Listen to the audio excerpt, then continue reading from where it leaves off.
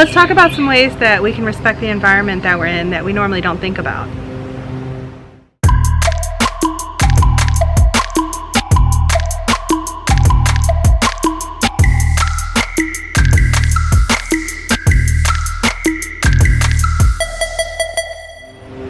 Hi everybody, and welcome back to another video by Pan Society. I'm Cherie, and today I want to talk about respecting the environment, especially for people that are newer to animism, because there are some things that we might do that we don't think have a longer impact, or we're just not really aware of what they do. First off, let's start with obvious things. This is how you treat your land. Like whether you're spraying for weeds or insects, like on your vegetables or on your flower gardens or whatever, because you're poisoning essentially not just the bugs that you're trying to get rid of or the weeds you're trying to get rid of, but the plants that you're trying to either consume or enjoy. And also plants, pollinators, you know, bees, hummingbirds, those things that visit those plants, they're ingesting that poison as well. So that's like a long-term thing, and it's easy to forget that, especially if we're already in that habit, especially if we do lawn maintenance. Like if people take pristine, you know, they have pristine lawns and they want to take care of them, and especially if it's a specific type of grass that needs a specific kind of care. So we kind of forget, if we've been in a habit of taking care of it, that those things do have impact. Those things do have impacts on other creatures besides what we're doing to the actual plant or the grass. An obvious one is smoking. So I'm not saying don't smoke. That's your thing. I'm not here to judge.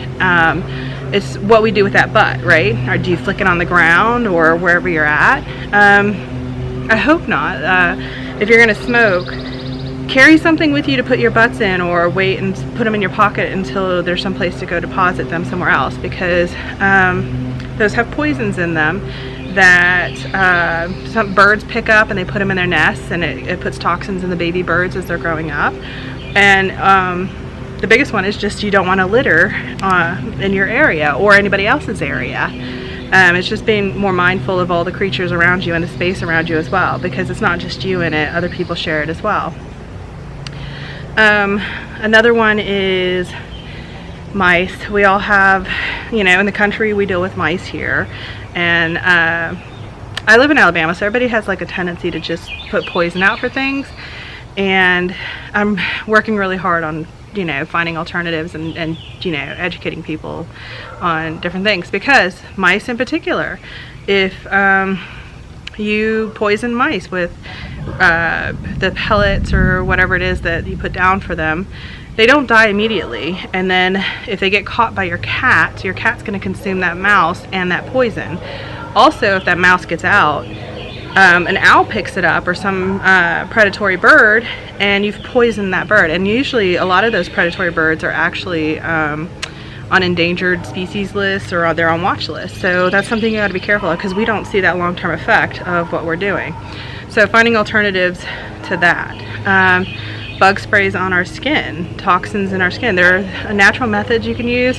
They're not going to give you the same action that the one you're typically used to working on or using does, but you get used to it, and you're not killing anything or poisoning an environment. One of the biggest lessons I learned was I was traveling to an ecosystem that didn't have that kind of exposure, and then people are down there spraying bug spray all over them, and they don't realize the impact that it has on the plants in that area, as well as the bugs and the ecosystems there. And it's just like a domino effect. You affect one thing, and then you've effectively changed that ecosystem, all for a little bit of bug spray. So you didn't get mosquito bites when there were other methods you could use, especially when, after everybody was doing that, the guide had showed us a natural plant there that we could break the berries and rub it on our skin, and it worked just like citronella. So it's taking moments like those and thinking about it, like respecting the environment that you're in. If you see animals This is another one that bugs me. If you see animals or something you want to get a picture of or you want to get closer to, that's great. Just be mindful of if they want to be that close to you. Don't go shaking the tree they're in or tossing rocks to make them look at you or something like that. Just be in the moment and let them be, and then observe them in their own way. And if you're patient enough, they'll turn around and you'll get the picture you want or the view you want. There's a cooperation there if you're patient enough and if you just wait for it to happen. And if it doesn't happen, it doesn't happen, and that's okay. There's always next time. So as we're out and about, especially now that it's summer or getting into summer, spring, wherever you're at, think about these things. Like, everything we do has an impact, and we want to make sure it's minimal on this planet as possible.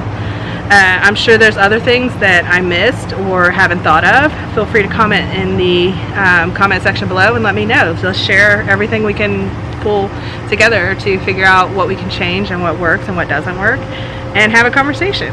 Thank you for taking the time to watch this video, and we'll see you next time in another pan video. Don't forget to comment, share, like, and subscribe. Have a wonderful, wonderful day.